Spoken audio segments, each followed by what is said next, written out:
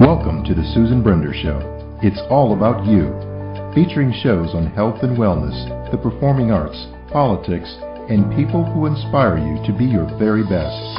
And now, here's Susan Brender. I'm Susan Brender, and this is the Susan Brender Show. Today, my guest is Chris McKool, a really cool guy who's a member of the Sultans of String band. They garnered the 2017 JUNO nomination for World Music Album of the Year.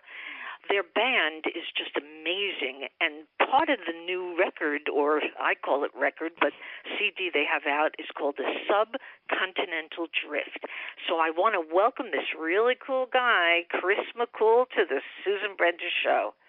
Hello, Susan. How are you? Well, I'm fine, and let me tell you something. I always tell people, you know what I say to them? I say, you know what? When you listen to certain music, it transforms you in ways you can't even describe. Isn't that so? I mean, don't you feel the same way? Music is one of those experiences that we can have as humans that is just so incredible. It's such a miracle. And so for us to be able to explore music from around the world and get touched by music in so many different ways from so many different places and involving so many different people, it's really a blessing and a gift. You know, sometimes, again, when I listen to music, some of it is really tough to listen to because the lyrics are just horrible. But in your music, it's melodic. It's beautiful. It sends a message. So if I were to ask you, what message do you want to send through your music, what would you say? Well, I think one of the messages that we try to deliver is well, first of all, we love having fun. So it's got to be fun. When you come to see a show by Sultans of String, you're going out to be entertained. But that being said, there's a real message of peace and I think a message of hope in our music. We have people and special guests from around the globe that perform with us. And it's a really great opportunity for us to showcase our values, showcase something we believe in, which is that we can learn so much from people from different backgrounds. And when you bring together people from different backgrounds, cultural, religious, spiritual, linguistic, geographic backgrounds, you can create something unique and something beautiful and something that would not have existed before. That's quite a mouthful, but I want to know something else. You said you work with people from all over the world. How do you choose them? What is it about some of the music that you hear, say, in Afghanistan, India, Japan? What sets that apart from our typical music that we have in Canada and America? Yeah, so a couple of different questions there. First one about how do we choose special guests, and I'm very fortunate to live in Toronto, which it's really like, you go to a shopping mall in Toronto and it looks like a UN meeting. There's people, and I do school presentations too, and sometimes I'm performing at a school and I'll see kids from 50 different countries around the globe. They're in that one school speaking 50 different languages at home. And so it's actually easier than you would think to have the opportunity to collaborate with really interesting people, not to mention that, people who tend to, the kind of person who would pick up their entire lives. I have a 5-year-old. I find it hard it's almost a monumental task to get out of the house to the other side of the front door to go and do anything. And I think about people who travel halfway around the world with their family and make a new life. Like, already you're getting some exceptional people in that mix. And then, so when I meet some of the musicians in Toronto that come from around the globe, they bring with them sometimes a very deep-rooted folk tradition or classical music tradition from their country, and it's almost impossible for me not to ask for their phone number and say, hey, let's jam sometime. Let's see what we could do together. Let's see what would happen if we mix our music with your music. Because for me, music is a language, and to be able to learn another language just enriches everything I do. Kevin, our guitar player, sometimes says it's like having more paint colors to paint with, right? Mm-hmm. Especially with us who play predominantly instrumental music, although we do sing as well. But when we're playing a song, it's not just a bunch of notes. We're usually trying to tell a story, and so the more paints we have in our paint box, the richer the painting can be. Sure. One gentleman that we met a couple of years ago that has really added a lot to what we do is Anwar Khurshid, and he's the fellow that we wrote and recorded the Subcontinental Drift CD that you mentioned earlier. And that was a real meeting of minds. Anwar is a very interesting guy. He's originally from Pakistan, but came here to Toronto, Canada, as a place to find freedom to be who he is, freedom to play the music he wants to play.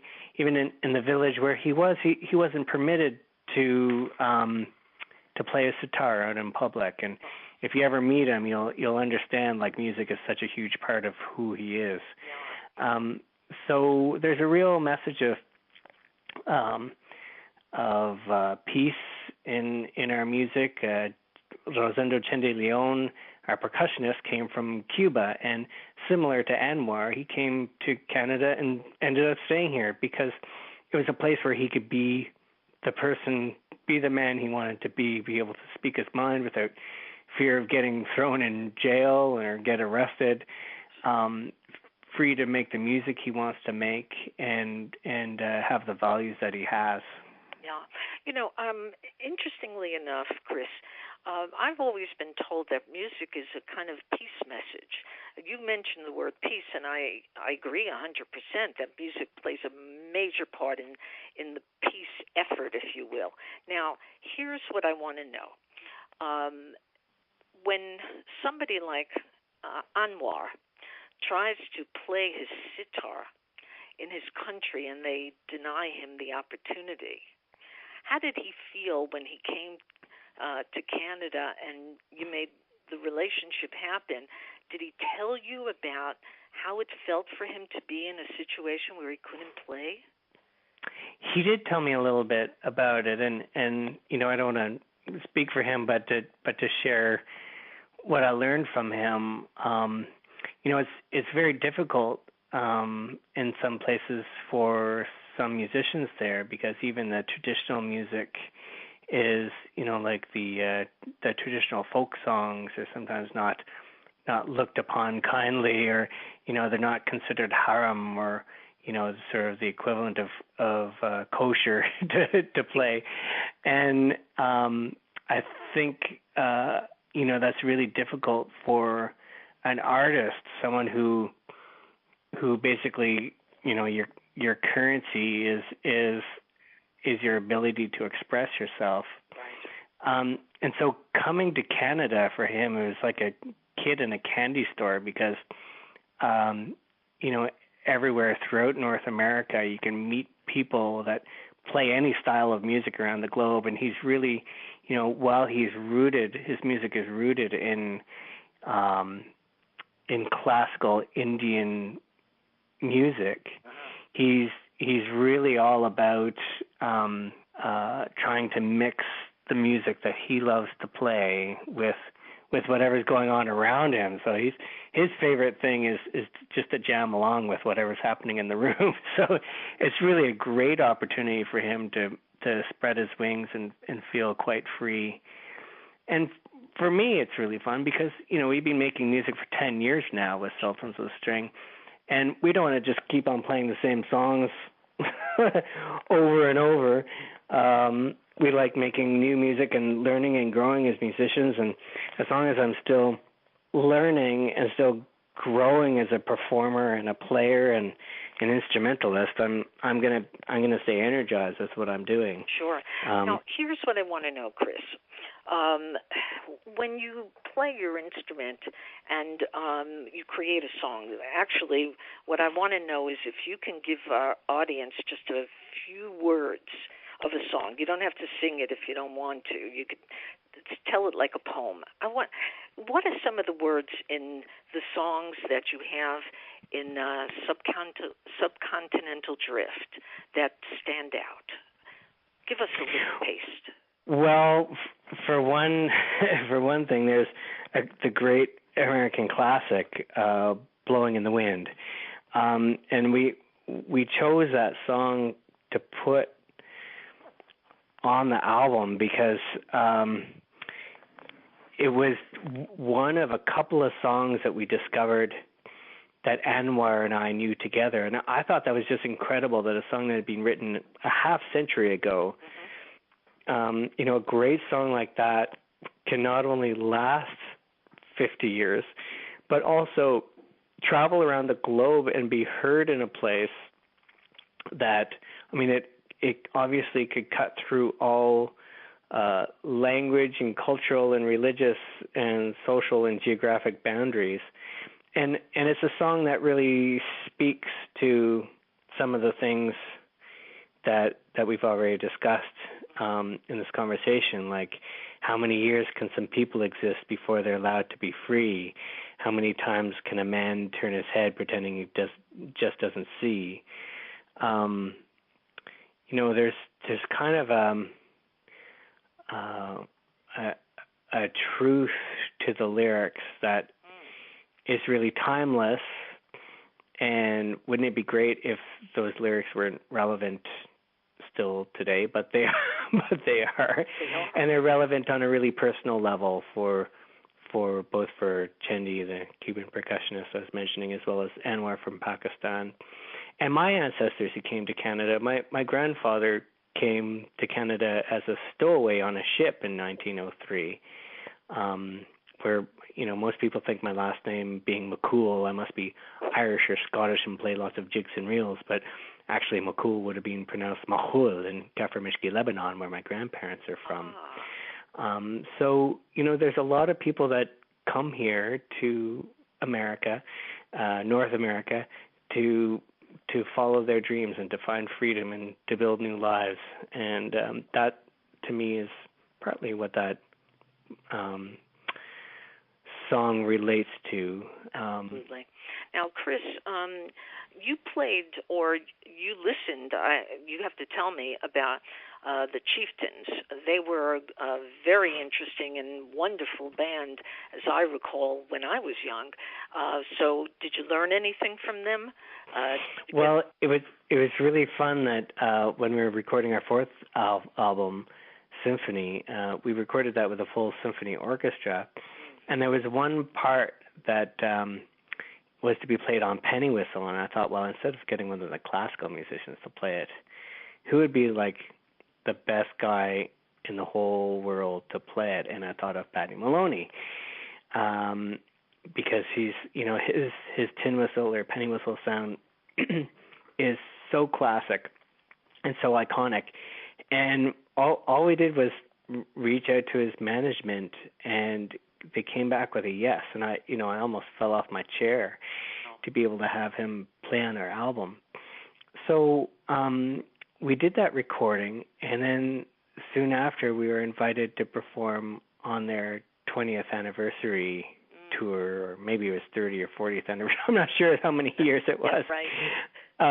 In the U.S., and so we traveled down to Connecticut, and it was really nice meeting Paddy and the Chieftains. They're such sweet guys.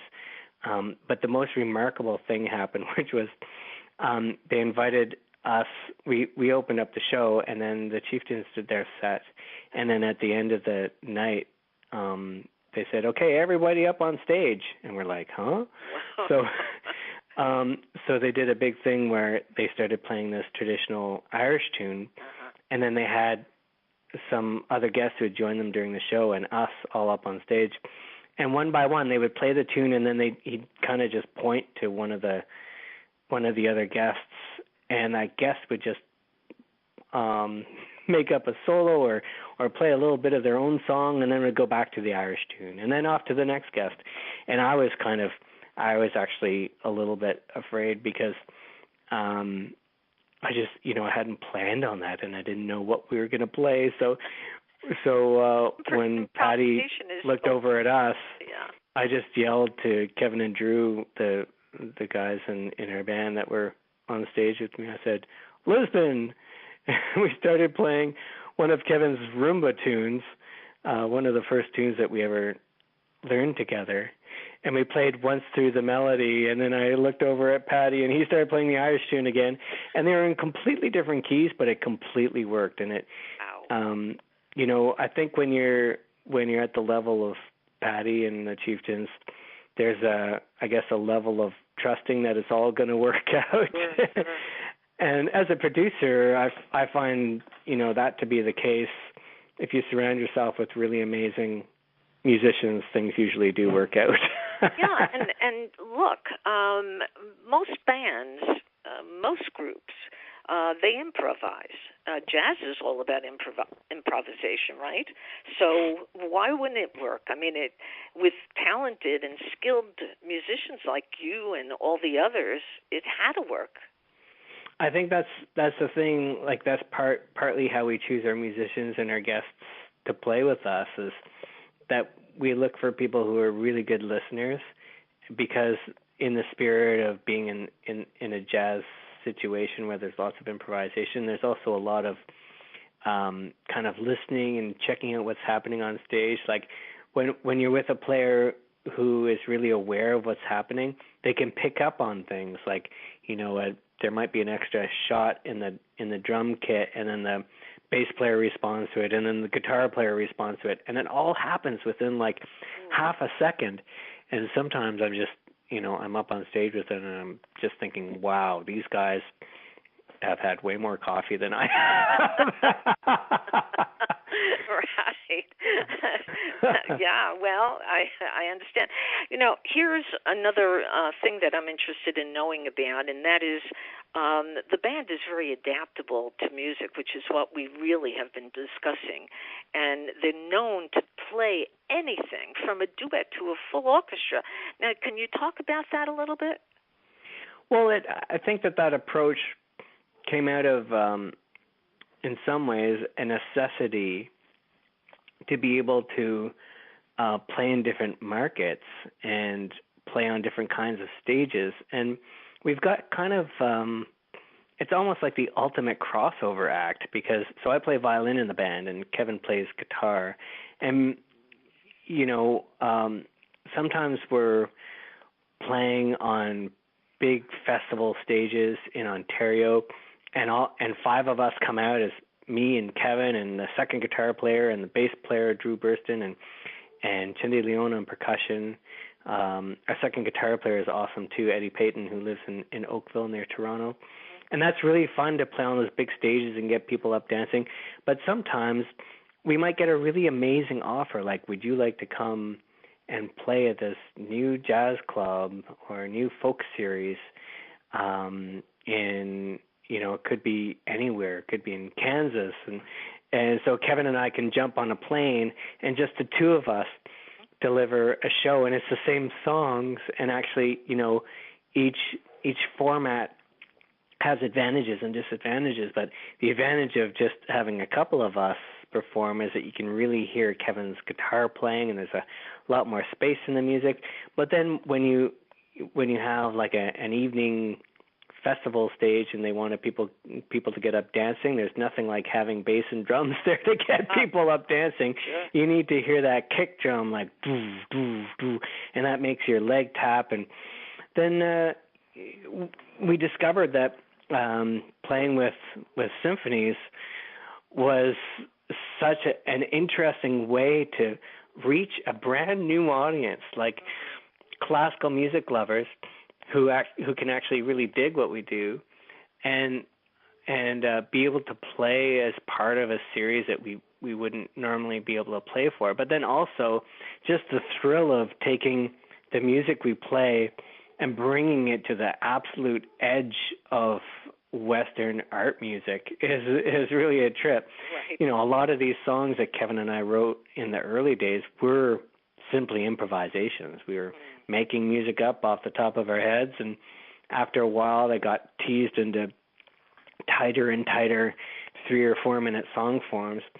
So to take a song like that and then have it arranged for a full symphony is an incredible experience, and makes my mother very proud, which is an important part of the equation. Now, there are times that people come to listen to a rock band, they come to listen to a rap band, they come to listen to just a cabaret, or you name it, they come. So the songs of people like Cole Porter, who else? I mean, there are millions of people, and I say millions. There are many, many people who played music that is just the work that you kind of understand, because you could understand the lyrics. So if you had to choose another song from the oldies, I'll call them the oldies, which one would you? That's a really good question, and it's a hard one to answer, because there are literally like tens of thousands of incredible classic songs, and some of them are so beautiful. Like, there's definitely a sense of there was more care put into the lyric writing and the melodies in the classic jazz songs, and I think it'd be really hard to pick a song. You know, my one of the nicest things that I can share with my father, who's 84 years old, is that when I'm playing those jazz tunes on the violin and playing them instrumentally, he'll start singing the lyrics. And you know, he has those all locked in there, and they're unforgettable lyrics, and they always tell a story. And the melodies are just so intricate and so memorable.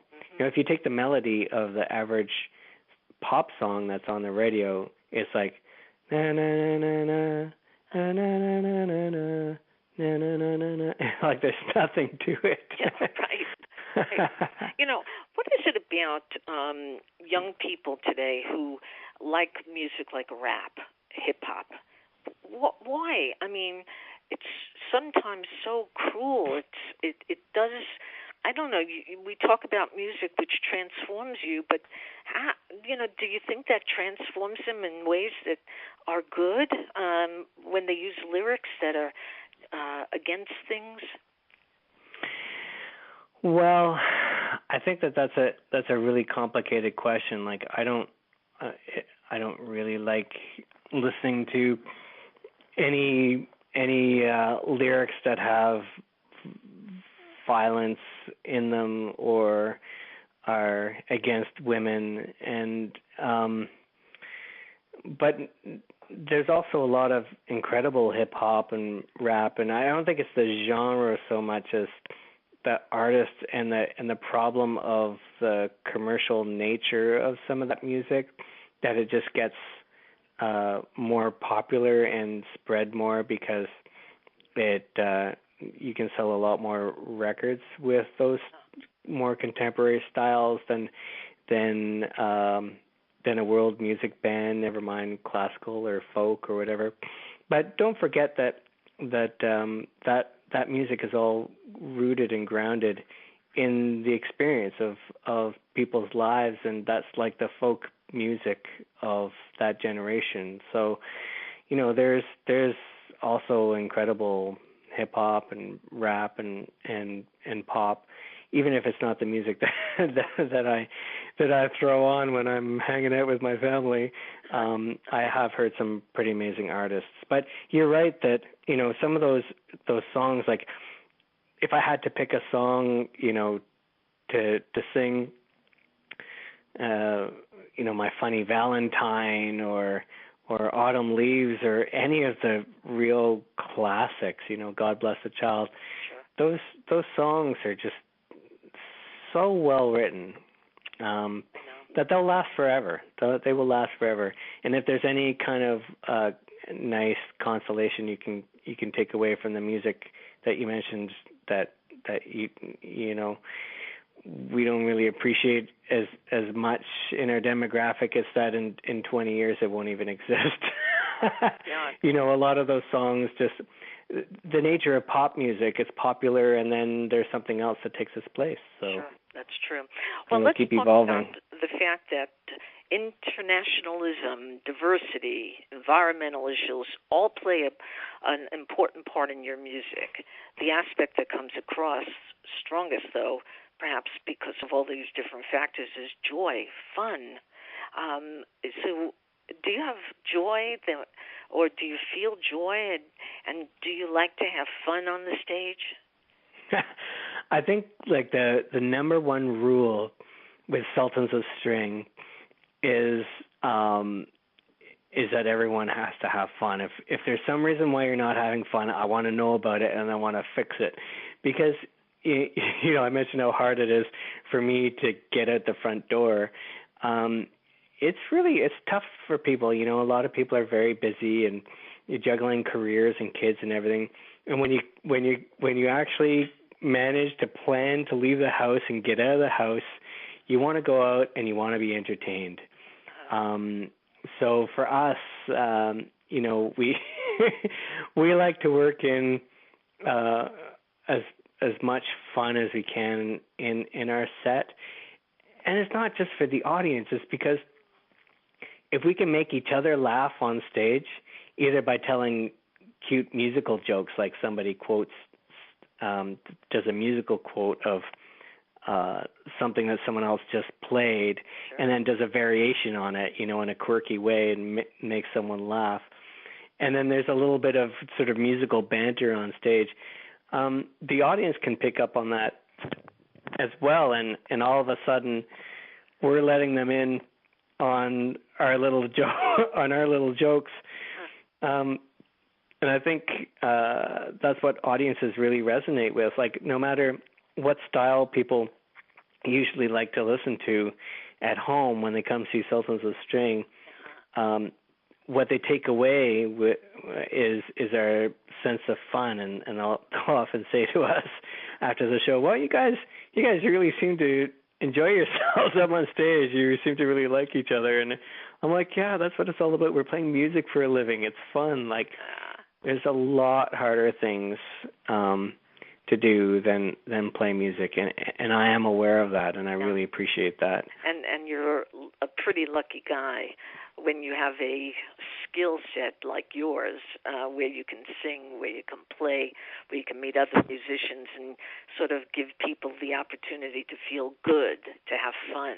What a wonderful job that is. Yeah, and to keep in mind too that when you're seeing the show, you're seeing the best 2 hours of our day, right? Because it might have taken us 14 hours in a car to get there, but then when we're actually up on stage, it's like when you come home and let your dog out of the cage and let it run around in the backyard for 10 minutes before you let it back in the house.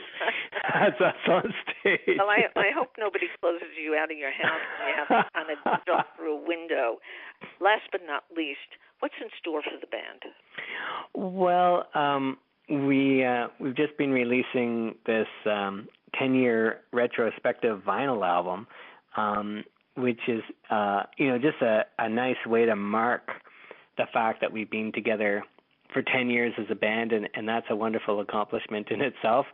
And so we released a 10-year vinyl retrospective called Sultans of String 10, and we're working on a Christmas album of all things, bringing the energy and drive of the world music styles that we love, and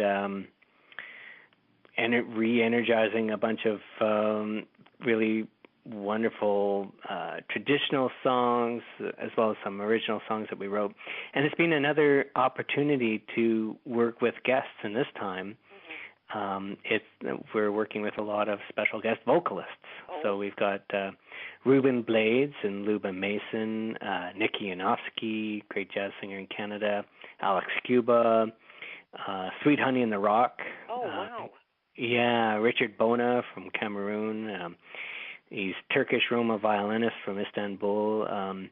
All kinds of really fun special guests, and it's going to be another opportunity, I think, to learn from people and how they work and how they create music together with us, and to share that with their audiences. Well, that's been great. Well, my guest today I call him the cool guy. His name is Chris McKool, and boy, does he have a lot to say about music. And of course, seeing him and listening to him will be a real positive experience for anybody who wants to listen to music. So I want to say thank you so very, very much, Chris, for being on the Susan Brender Show. And last but not least, if they want to get your new album, which is an award-winning album, how do they do that? Oh, it's very easy. Sultans of String.Com has links, and you can hear some audio there, and you can link to some retailers. iTunes works great. Amazon works great. You can actually walk into stores anywhere in North America and ask for them to have a physical copy brought to the store.